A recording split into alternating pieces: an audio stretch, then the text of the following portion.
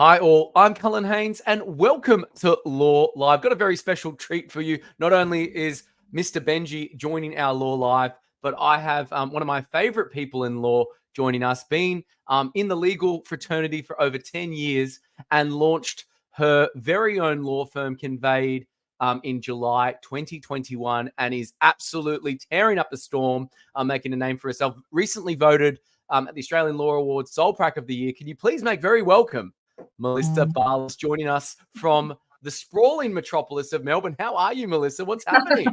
Love it. Everything's happening. It's been good. Really, really well. How are you doing, Cullen?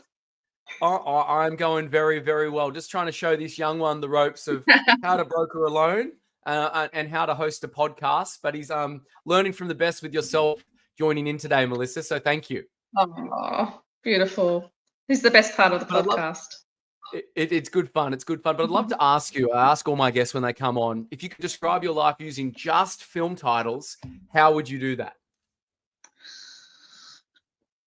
I mentioned it to you before. The longest yard would be. I love the youngest yard. Yeah. The longest yard, because it's been, I've been in the industry for a while, but I've had some tough roads along that way, and it's been a long journey to get to this point. So that's why I say it's a fitting title. Definitely. It's a marathon, not a sprint. It's right. It's the long game, not the short game. And I'd love to ask you, we've got the title of our podcast as the Matildas of Law. Would love to know what that means to you, given I'm a big fan of the Matildas, watched every game. What does that mean, the Matildas of Law? Well, it's exactly the same for me. I think that they're an absolute inspiration in the sporting world, and they've captured the hearts of every Australian across the nation. So I think that they're inspiring, and I'd like to be able to do the same for my industry through a lot of the work that I do to help or educate our community. So absolutely. And you are already ingraining yourself in the community with everyone. All the people I know in finance already know who you are, and a lot of people in law as well. And I think it's because you go with the Gary Vaynerchuk model of give, then ask. You put out a lot of content online. You're always adding value. So I'd love to ask you, because this is quite important, what are the 5 top tips you tell people freely to manage risk when buying and selling property? Oh, such an important question. I think there's a lot of people that can learn from this. And I absolutely love educating people. It's just something I'm naturally passionate about. So every time I wake up, I'm always on the socials to share something new, whether it's about myself or about property law anyway. Things that come to mind, first and foremost, if you are out in the market looking to buy, it's always important to get the contract reviewed by ideally a seasoned property lawyer like myself, or a licensed conveyancer that's been around for a while and has a good reputation. And that will put you in good stead, because you'll actually have an understanding of whether there's any red flags and anything that you might need to negotiate as part of making your offer.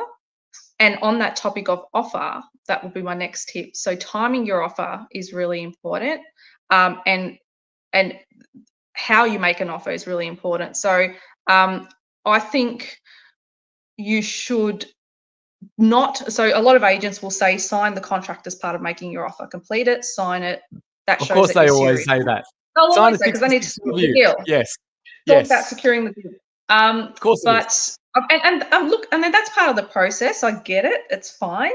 But before you sign that dotted line, like I said, get that contract reviewed, but don't sign and make that formal offer until you've done that. So the first thing you should always do is get the contract looked over, and also get a building and pest inspection ideally before you buy, especially if it's an auction. Like, you're not going to have the chance to do it after, let me tell you.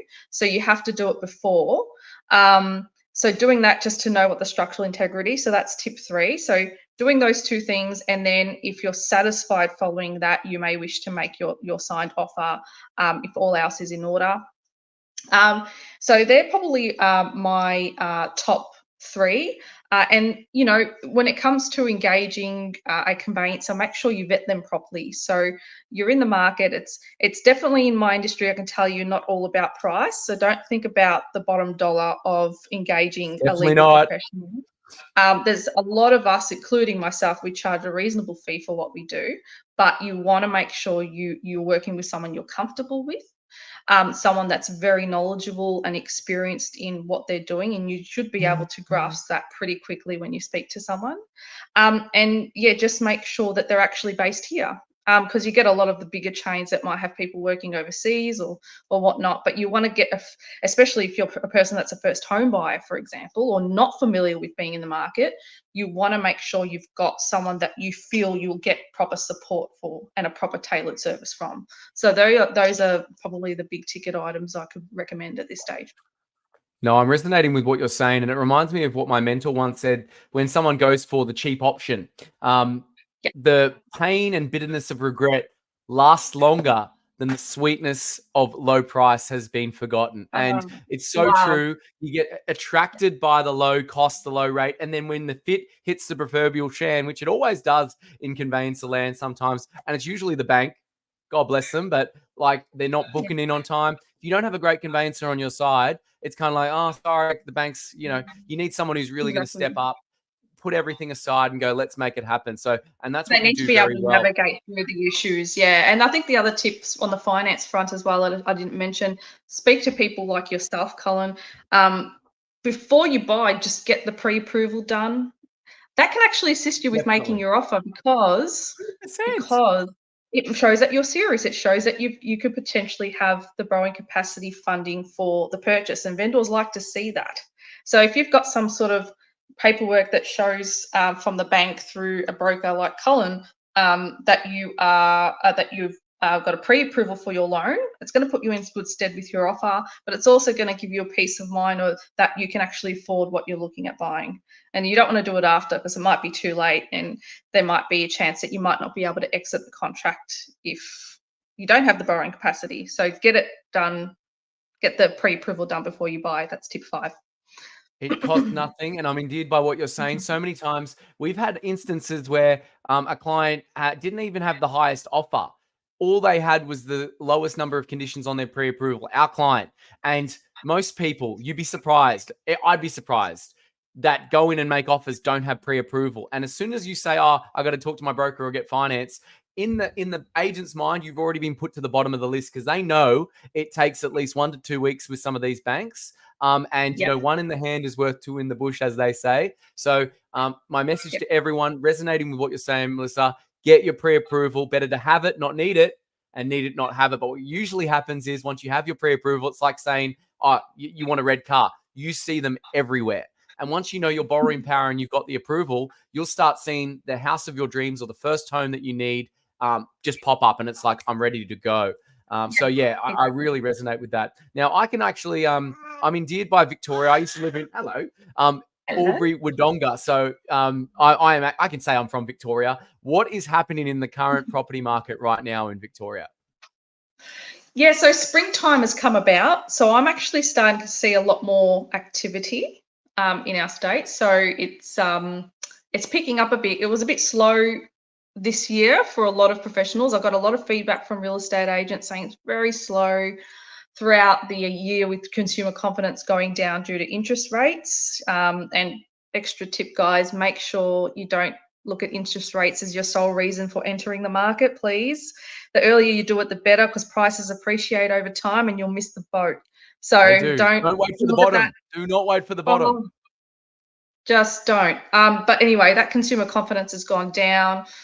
So and there hasn't been a lot of good stock on the market. The stock has been low. So the demand has been there. Stock has been low for quite a bit this year.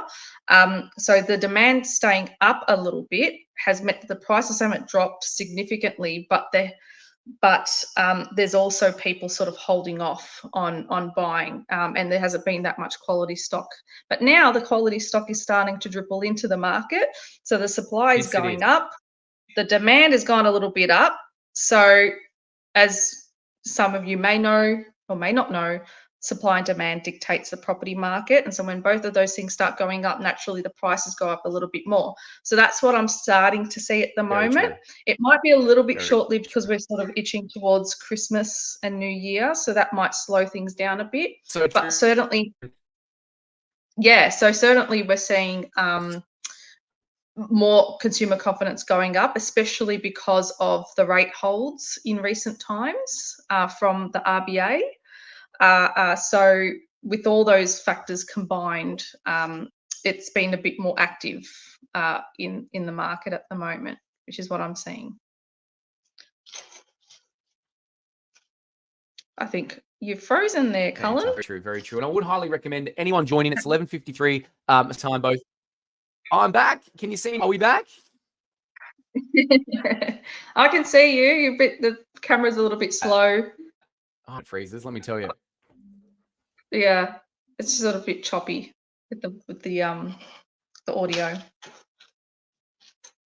I think we're back. So what I was saying is, if you've got any questions, put them to Melissa right now. It's 11:53. Yes. Yeah, I'm happy to answer any questions, actually. If anyone has anything burning, you can pop it in the chat. More than happy to address your questions. And you've frozen a little bit again, Cullen, as well.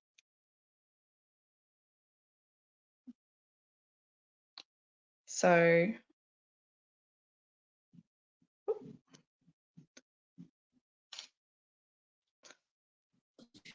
how are you going there, Cullen? Can you hear me? Good. You sure? Technology fails us at the worst times. It is what it is. But let me try and think of a few more tips while you're working on your audio and your video there, Cullen. So yeah, those 5 tips that I've mentioned before, they're probably the big ticket items when you are going into the market. And what I could say is, if you are listening and you are someone that's not familiar with being in the market, I can appreciate that it can be a scary place. We all like to think that it's exciting, especially if you're someone that's buying their first home or not familiar. Just know that you're not alone, and you may be feeling nervous and stressed. But part of my job, and it's not a job, it's a passion, is to make sure that you start to feel empowered and confident, so that you feel ready in the market and you feel like we've demystified the uncertainty about the process as well. And that's what you need from your team. That includes your mortgage broker like Cullen, your conveyancer, or your property lawyer like myself around you. So yeah, so hopefully that you can take that away and feel a sense of comfort from that too. Definitely. And I'd love to know what drives you, Melissa, and whether it's personal, work-based. What is it that lights that fire? I love helping other people. I've had a passion for property for a very long time. When I was a kid, we used to sit around the dinner table with my father, who's in the building industry, and we used to have lots of conversations about property. He'd show me the jobs that he did when I was younger. So I've just kind of been conditioned to really love it, and that's why I'm in it. And I just enjoy being able to transform other people's lives. I feel like with my job, with what I do, I'm in a position to do that, and that's a really fulfilling feeling, to take someone that's really stressed, nervous, anxious, unsure about the process of buying, to take them from that kind of unhappy land into really happy land of absolute certainty, understands the process, is excited because they've just settled on their property, whether it's their first home, second, third, ready to move on to that chapter of their life and start their next chapter. Is amazing to be an instrumental part of that. And that's why I love what I do. Well, it definitely oozes from you, and it can be picked up just from this stream and what you do every day. And obviously, it was picked up by Momentum Media and the Lawyers Weekly in the Australian Law Awards. You were nominated and voted as Sole Prac of the Year, which is so exciting.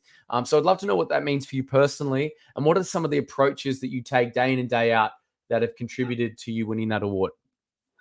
It's been amazing. I'm incredibly proud of that achievement. You really don't think 2 years into your business that that's something that comes about. And for those that don't know, that the Australian Law Awards, that's run by Lawyers Weekly, it's like the mothership award, right? For our industry. We have over 1,000 people apply. In 2023, I think it was about 360 that were finalists, Yes. and 39 or something got awards. So you're talking 39 people over the whole country that's been awarded for their respective category, with mine being Sole Practitioner of the Year. Yes. So it's a huge accomplishment to get it in the first place. But it's really a testament to a lot of the hard work that I've put into the business and my small team as well. For sure. It's a testament to our reputation, to what we've put in to really help transform other people's lives, and we're super proud of it. And it's really given us some more opportunities as well. I just hope that it helps inspire other practitioners out there, and sends that message that, you can be a baby business owner and have really amazing achievements. And you should never doubt yourself. If you know you work hard, if you're passionate, if you love being a business owner, if you love helping other people, my God, give yourself a really big pat on the back. Apply for these awards. You deserve it. You absolutely deserve it. And every single person in that room deserved it. So yeah, that's what it means to me. I'm endeared by what you're saying, because so many people say, "Oh, awards aren't for me," But like, I think it's just this Australian culture of tall poppy syndrome, of not wanting to back yourself for fear of being cut down. But from what I know, having gone to many Momentum Media Awards and seen the LinkedIn posts, that everyone wants to put people on a platform, and celebrate when great things are being done. And I think that's the great thing about the legal industry, is that you want to celebrate people. And yeah, congratulations again.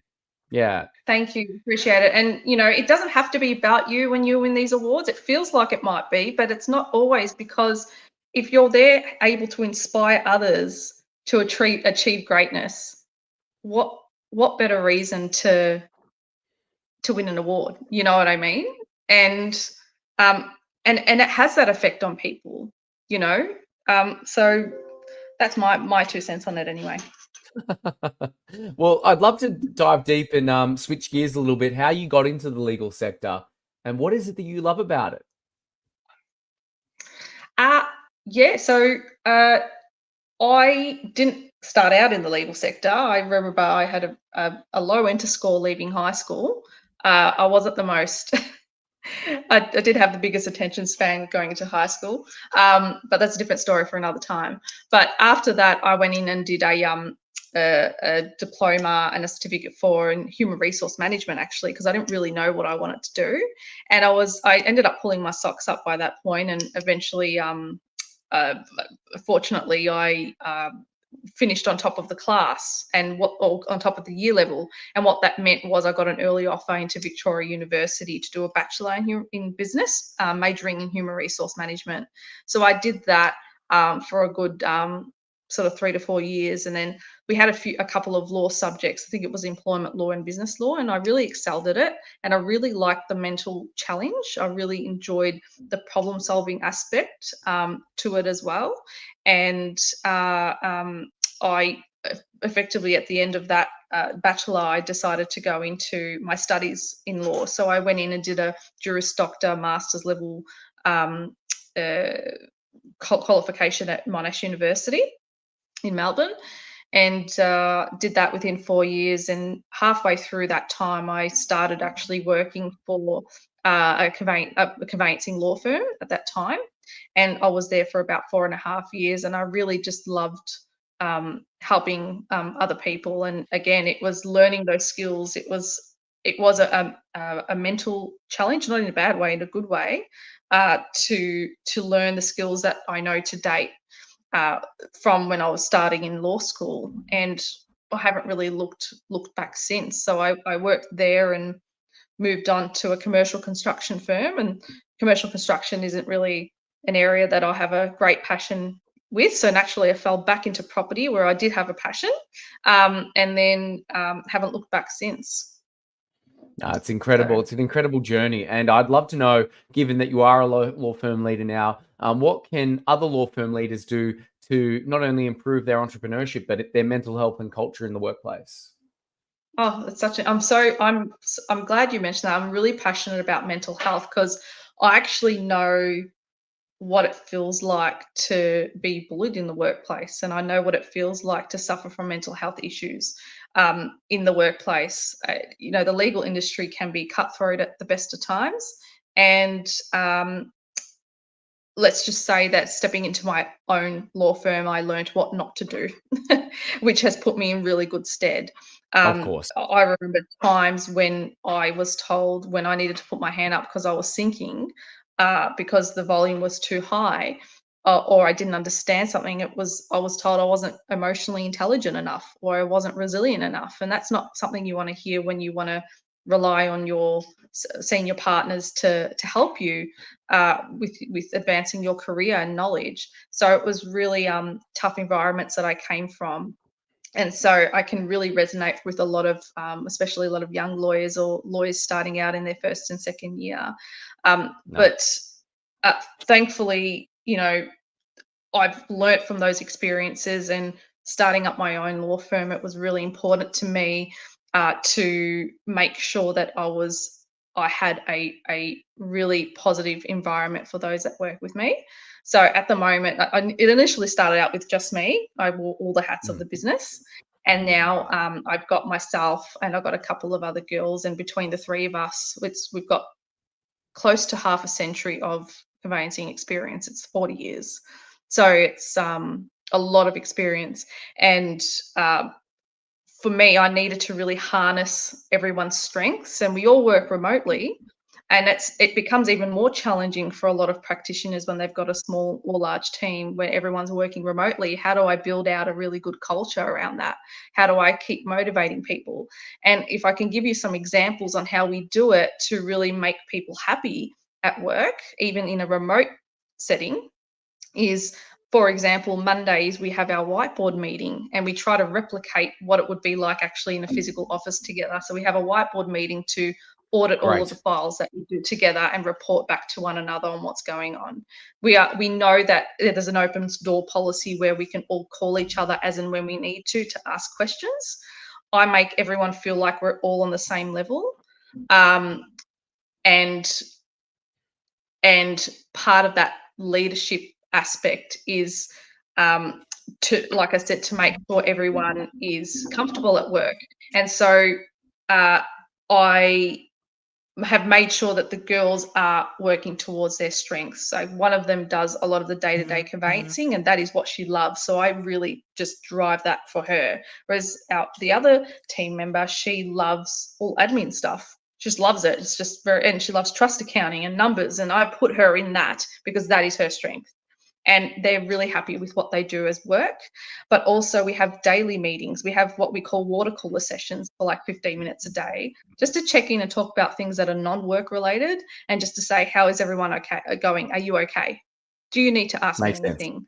What's happening? I think that's important. I can see a dog in the background, what's his name? Whatever it is, it's just designed to make people feel like when they're at the office together and they're in the kitchen and at the water cooler, how everyone gas bags and has like really cool conversations with each other in the kitchen before they have to go back into the office and slug it out at work. That's the sort of thing that we're trying to recreate with those water cooler sessions. So it's all about just gossip or just nothing work. And then we also do a Thursday afternoon Teams meeting for to celebrate our wins for the week, which I think is so important. You know, we talk about work all the time with our team, but we really need to find a moment to celebrate what did we actually do that was amazing this week. And I always take that moment to help my team remind themselves. And when we talk out loud about it, we feel really proud of ourselves, and it just motivates us going into the next week as well. So that's just some practical examples of how we try to facilitate a really positive, happy culture within a remote work environment. And makes sense. And so, yeah, you kind of have to be a bit innovative with how you you deal with work, and how you manage your team rather, and that's what we're trying to do. No, absolutely. And one final question before we end the stream. I'd love to know, how would you like to be remembered, Melissa, when all is said and done? I'd like to be remembered as more of a thought leader in our industry for positive change, whether that's through mental health improvements and improvements to how we actually do work, specifically in the property law and conveyancing industry. I want to be known for making a really profound difference as well, and be known for someone that's really served their community in a meaningful way. And that drives all of the interaction that I do with everyone, whether it's on socials, whether it's catching up, or whether it's with my team. And you're doing that already in spades. So be sure to reach out to Melissa. She's an absolute gun. And thank you for being part of the Law Live, Melissa. Thank you. It's been an absolute pleasure. Thanks for having me on. It's an absolute pleasure. Happy Wednesday, everyone. Take care.